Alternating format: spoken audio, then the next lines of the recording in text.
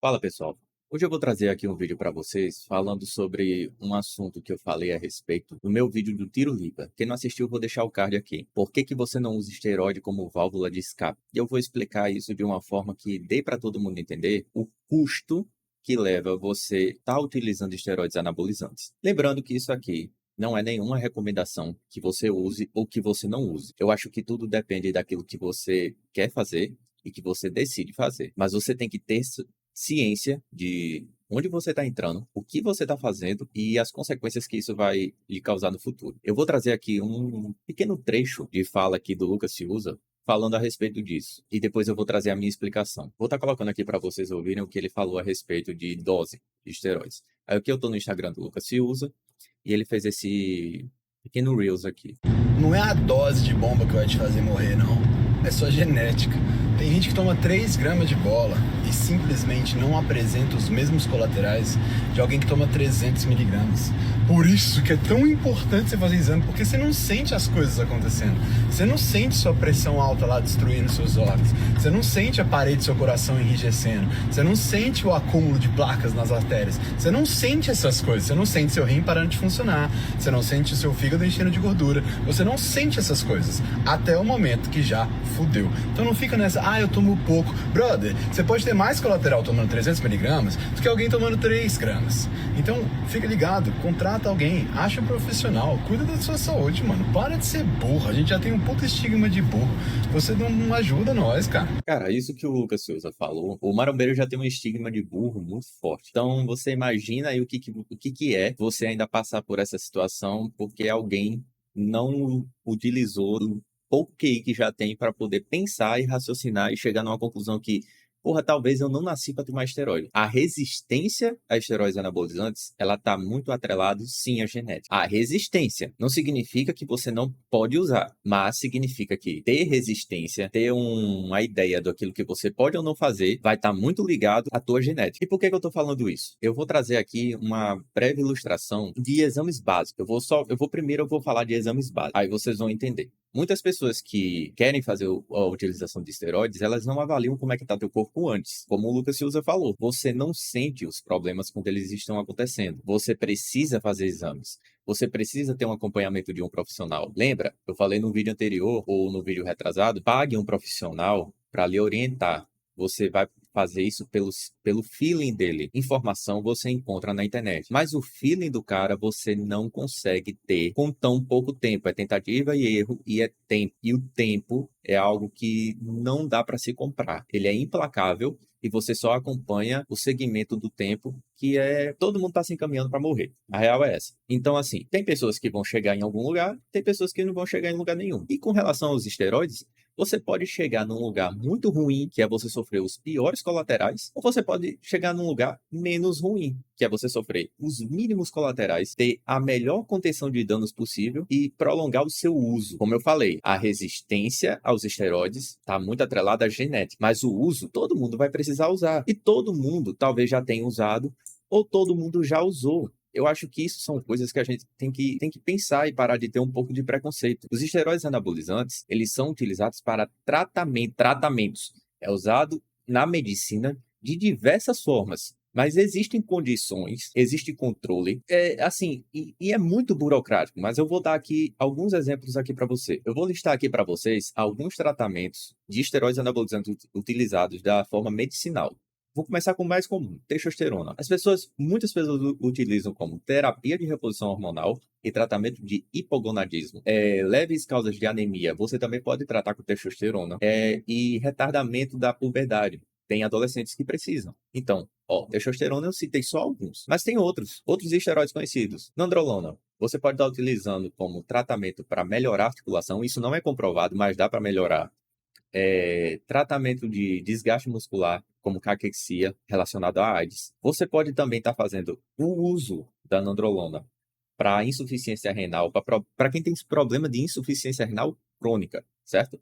E alguns casos de anemia associada. Quer dizer, a anemia tem que estar associada à insuficiência renal. A real é essa. Outro exemplo aqui, estanozolol.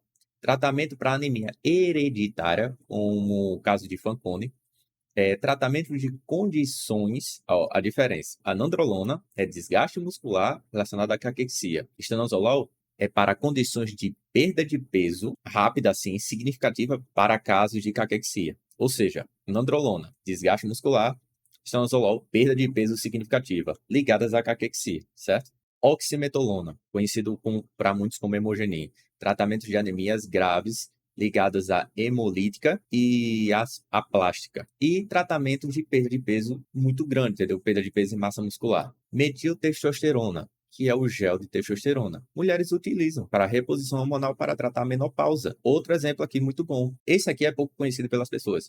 Fluoxemesterona. Até os marombeiros talvez não conheçam por esse nome, mas é conhecido como halotestin. Pois é, o halotestin também tem uso médico para ele.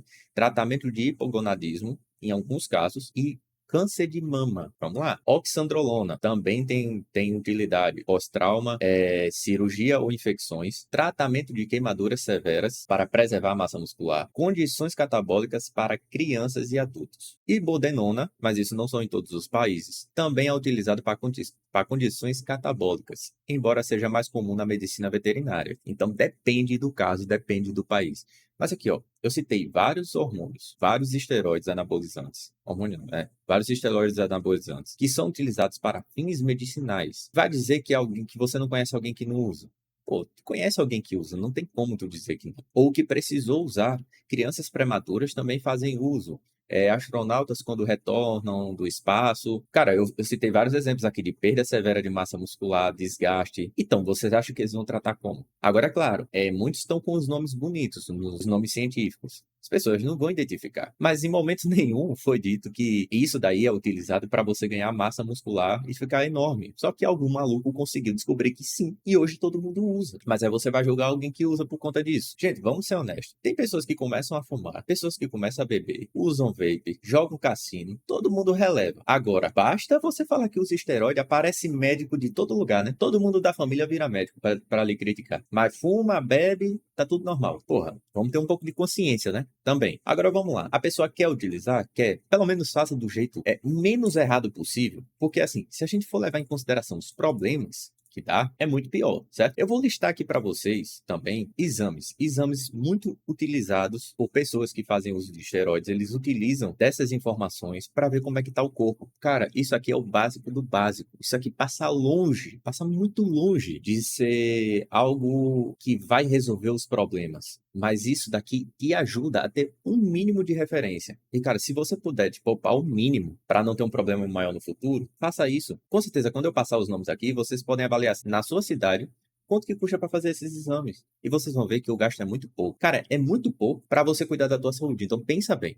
Vamos lá. O básico, testosterona livre, testosterona total. Gente, isso aqui é o básico, não tem erro. Índice de Romaí. O que é Romaí? É o cálculo usado para avaliar a resistência à insulina. Vamos lá. O índice de Romaí é um cálculo que eles vão utilizar para avaliar a resistência à insulina. Não é de insulina, nem o de glicose. Vamos lá. Isso está tudo separado. O índice de Romaí é só o cálculo. Ah, qual é o cálculo? O cálculo do Romaí é insulina em jejum, que é o UI por ml, vezes a glicose em jejum, que é o miligrama por decilitro, vezes 0,0555, dividido para 22,5. Esse é o cálculo do Romaí. Fez o cálculo do Romaí? É tudo referência. Vocês vão ter esse resultado de referência depois. Agora vamos para os outros aqui. Prolactina, T3, T4, CPK, creatinosfoquinase, hemograma do sangue, normal, padrão. E agora sim, insulina basal. Aí é diferente. A insulina basal é o tipo de insulina produzida pelo pâncreas, certo? Não tem nada a ver com o cálculo do Romaí. Mas você precisa da informação da insulina para acrescentar o cálculo. E agora sim, glicose em jejum, que também não tem nada a ver. Glicose é só a quantidade de açúcar no sangue. E insulina basal é insulina basal, pô. Insulina é um hormônio. Glicose é a quantidade de açúcar no sangue. Então, a insulina é o hormônio responsável por regular a glicemia. E a glicose, que você vai pedir no seu exame, é saber quanto de açúcar que tem no sangue. Cara, isso aqui é básico. Isso aqui é o básico do básico do básico para você ter uma referência de como é que tá o seu corpo, de como é que tá o seu físico. Se você realmente tá com tudo isso em dia, se realmente vale a pena você começar a utilizar alguma coisa para ferrar com esses exames. Porque se tua genética for ruim, tenha certeza que tudo isso aqui vai ferrar. Agora, se você tem uma resistência, você só vai descobrir com o tempo. Não é tão simples assim. Então eu vou dar uma amostra aqui para vocês entenderem. Eu vou tentar desenhar aqui o que eu estava explicando. Eu trouxe aqui para ilustrar para vocês o que eu estava tentando falar. O indivíduo, ele vai fazer exames, ele vai ver quais serão os recursos que ele vai utilizar, se ele tem genética e o tempo. Por que o tempo?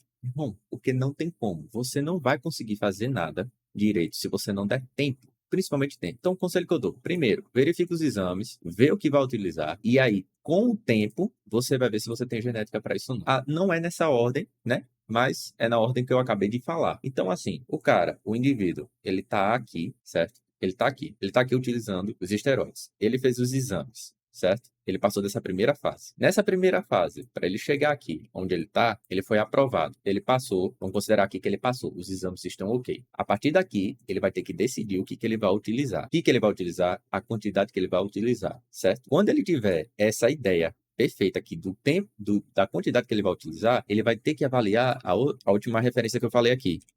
Tempo de uso. E aí, quando ele chegar aqui nessa parte de tempo de uso, o que ele vai ter que fazer? O que ele, por obrigação, teria que fazer? Ele vai perceber se a genética dele é a favor disso daí. Imagine que tem um indivíduo aqui, e ele está aqui, sei lá, ele está aqui utilizando, vou colocar só para efeito de exemplo, texto e DECA. Ele está utilizando isso. Ele pretende fazer um ciclo, né?